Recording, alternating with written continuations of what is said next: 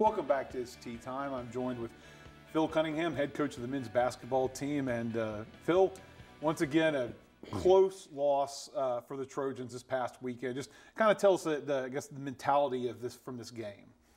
Well, we felt like we had some momentum coming into this week.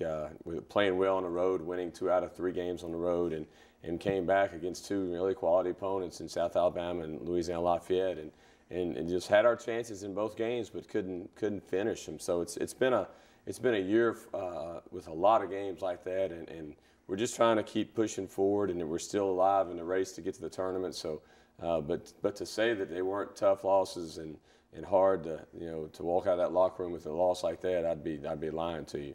Of course, being such close losses, one talks about coaching moments, and that's got to be something that I guess you can kind of take away from that. They were such close losses, meaning that the team can persevere and potentially win out the rest of the season. Right, and that's been our sell a lot lately, is to be hard-headed, be stubborn, don't give in, and just keep fighting. And fortunately, in the little quagmire we're in right now, nobody has really emerged out of that group of 4 that remain right now. So we keep telling the guys, hey, at this point, it's still on you. We're not counting on somebody to do this or somebody to do that, to lose here, to win there. It's we still have it in our hands to win and to get into the tournament, because anything can happen in the tournament. And now you talk about 4 guys, and you've got a pretty good at that top of that scores list there in your stats range. Kind of equal footing on all of your main scores and on your stat lines there. Is that a good thing for you to sit there and be able to say that we got a good core there we can depend on our guys to be able to put some points up? Well, at this point, I think we've moved on beyond the thinking of worried about having a short rotation, and everybody's accepted their role, and everybody has a really good idea of how much they're going to play, so our guys. There are 6 guys that have played a lot of minutes and been very consistent in their play, and as you noted, 4 guys have been the leading scorers. But what we need right now is it would be great if one of those 2 guys who aren't playing a whole lot of minutes, either Aaron or Christian, and in his situation, he hadn't had the opportunity that Aaron or the other guys ahead of him has. But it'd be great if one of those guys could really step up and add to what we're doing right now, because that's. We pretty much are getting those 6 guys and getting the contributions from them. But, man, if we could just get one little bonus from one of those other guys, I think it would help us moving forward. And you mentioned there earlier about there's still a chance. Like right now, last place, but there's still a lot of opportunities to move yourself up and get into that tournament. Right. 8 teams make the tournament. Appalachian State is ineligible for the tournament due to APR reasons. And so right now you're sitting there with us, and Arkansas State have 4 wins, and we have 1 more loss than them, so they're half a game ahead of us. And then Texas State and Arkansas Little Rock are sitting there at 5 wins. So it basically comes down to, out of those 4 teams, unless South Alabama, who had 2 wins last week and moved ahead of the pack a little bit, unless they falter down the stretch, it's going to come down to those 4 teams, and 2 are going to get in and 2 aren't going to make it. So we have 5 games to go, and at this point, though, we've got to step up and win and win more than 1 game to make that happen. And, of course, let's talk about the next game. You're making the trip over to Georgia Thursday night. Talk about taking on Georgia Southern. Well, Georgia Southern leads the league right now. I say that they're tied for the league. I think Monroe is ahead of them on a half a game. Maybe Monroe's played 1 more game or something. So they're a talented team. They've got a veteran team, a lot of seniors on the team. I've got one of the best point guards in the league. If you were at the game at our place, he was terrific. Jelani Hewitt, he can make threes. He can play off the dribble. He's a really good defensive player. And they've had a great home atmosphere. And when we told our guys, hey, you're going to be excited about playing there. They're going to have a good crowd. Their students are right on top of you. But more importantly, it's a challenging game because they're a really talented team and are playing really well at this point. All right, well, good luck Thursday night, and hopefully be able to win out the rest of the season and talk about some conference championships coming up a little bit. Thanks, Aaron. So, thank you. Sounds good. And stay tuned for more of what's going on It's Tea Time. Welcome back to It's Tea Time. I'm joined by Courtney Simmons, assistant coach for the women's basketball team. And Courtney, good week for the women here. It's been a great week. A great week. You've kept that standings going. You've got some good wins. Talk a little about what y'all have done this past week. So. Well, we were able to beat a solid South Alabama team. You know, like somebody just said in the back, you know, they expected us to beat them by more than 10 points. At this time, it's conference season. You know, it only takes 40 minutes for somebody to get knocked off. And so we're just trying to make sure that we take every little step we can to, you know, to get the wins. But beat them and beat a very good UL Lafayette team here at home. So it was nice to get those 2 wins under our belt. So it was a good week. Of course, Lafayette was a team that you guys needed to win, especially in this hunt for staying up at the top of the pack there. How crucial was that Lafayette win? It was very crucial because they're the one team right now that's clawing on our backs. You know, they're waiting for us to make that one mistake so they can take, you know, our place. Right now we're tied for 3rd place with Texas State. They obviously have the tiebreaker because they beat us the first time we played them. So, you know, a team like UL Lafayette is definitely hungry for a win or for one of us, either Texas State or ourselves, to slip up so they can move up. And let's talk about that, the environment surrounding that game as well as the Play for K game. Obviously, it was a great opportunity, a great environment, and a great cause to play for. How important was it to have that extra element to that game on Saturday? It was very nice. You know, that was the first time we were able to debut our new pink uniforms. Shout out to Nelson for the pink uniforms. That's our Adidas rep, and he did a great job. Those uniforms look good. I gave our girls, you know, added motivation to get out there and play harder.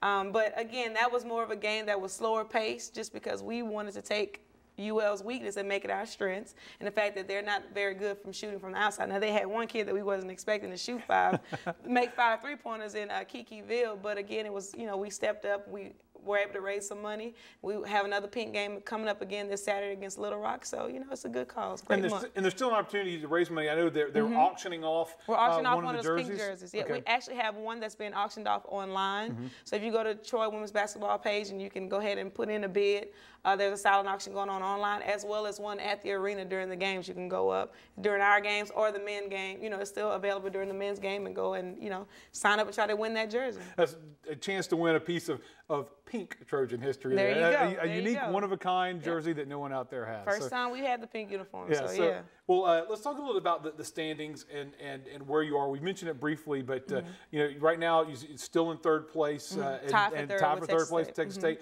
So talk about how y'all are looking right now, what your goals are, what the possibilities are when it comes to those rankings. We can't even really focus on the rankings right now.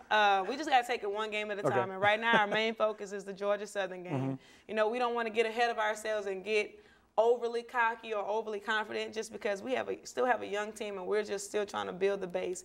Yes, we have done some great things this year, but it's only the beginning of what Shannon Rigby, you know, has in store for this women's basketball program. But it's good. It gives you a little bit of comfort to know that you're feeling a little bit there. Let's talk about that Georgia Southern matchup. You got to make the trip over to Statesboro. Talk about that matchup. Well, we actually have 6 a.m. practice in the morning, and then we'll get on the bus around 11:30 and leave. But again, when we played Georgia Southern at home, we were up no more than 13 points.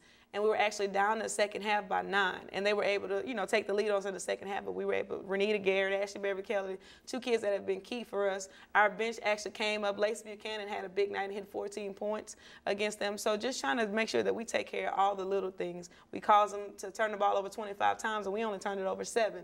So we were able to use our defense to cause, you know, some problems for them and score some points. So it's just a matter of trying to take that same, you know, structure that we had here at home with our own home crowd and stuff, and then take that on the road and try to find out a way to pull out a win on the road. Well, good luck with that game on Thursday night, and hopefully we'll get those standings move up a little bit higher. Yeah, get ready as you get a little bit closer to the end of the season. That's the plan. Well, thanks for joining us. Thank you. And stay tuned for more of what's going on It's Tea Time. Welcome back to It's Tea Time. For this segment, we'll talk a little track and field with the director, track and field, Mark Davis. Mark, thanks for joining me here today. No problem. And let's talk about this past weekend, your last trip to Birmingham before your next trip to Birmingham, correct? Right. So talking about how y'all did last weekend. So. Did really well. I'm pleased with the progress that we've made so far, and we've come a long way. The women this week going into Sun Belt Championships are looking very good. The men last week that just had their last indoor meet, they looked extremely good too. So looking forward to the outdoor season for the guys and looking for Sunbelt for the women. And of course, we talked about Birmingham being up there. It's the same place, same location for the championships. You got a chance to be there 3 times so far this season. So how important was it to get some experience on this track, especially in your first season doing indoor track and field here with the Trojans? Very good. I mean, I think that being able to be on that track has helped a lot of the younger athletes do pretty well. They got used to being on a bank track. They got used to being able to lean into the turns, come off the turns, go into the turns. So I mean, it's been a good experience for them. It's definitely helped them. Their development has been tremendous. I mean, like I said, I'm very happy with how they've developed so far. And talking about development, you're the end of the regular season for the indoor, going to the championships, and this is your first time coaching them. How have things worked out so far this season, and where you wanted the team to be, and how they've kind of progressed at this point? They've worked out well. I think they're further ahead than I thought they would be at this point, in a lot of ways. And I'm just looking forward to seeing how they step up now when the pressure's actually on. When you're going out into a championship meet and the object is to beat people and not necessarily to run fast, it changes the game a little bit. And when you start thinking that that's how we're scoring points, the competition tends to be a little different. And now let's talk about, you've got conference championships coming up. I'd say this weekend, but it's not necessarily this weekend. It's coming Monday up. and Tuesday. So talk a little about the conference championships and making your way up there and preparations for that. We're gonna, we're basically right now we're just trying to maintain what we have. We're trying to keep the speed going for the sprinters, jumpers, hurdlers. We're, for the distance people, we're trying to keep them healthy, keep them ready to be, sharp once we get to the championship.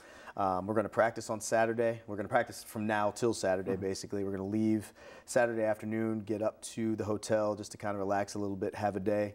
Practice on Sunday for a little while. That's going to be no more than probably an hour, and then get at it on Monday and Tuesday. It's going to be a different experience for them, just to see how all this new stuff works. So. And of course, you said Monday and Tuesday. It seems a little unusual. We talked to you so much about competing on a weekend to start at the end of the week. Is there any change to your philosophy and having the beginning of the week kind of thing there? It's very different. It's 2 days later, so we're making the training week a little bit different too. So yesterday we did next to nothing. Today we're going to do a little bit of speed. So we basically moved everything back a day or forward a day. Well, here's hoping that you do well in your first attempt at a conference championship here coming up in Birmingham at the beginning of the week. And good luck up at Birmingham. And thanks for joining us. Thank you. And thank you for joining us on this week's edition of It's Tea Time. Join us again next week.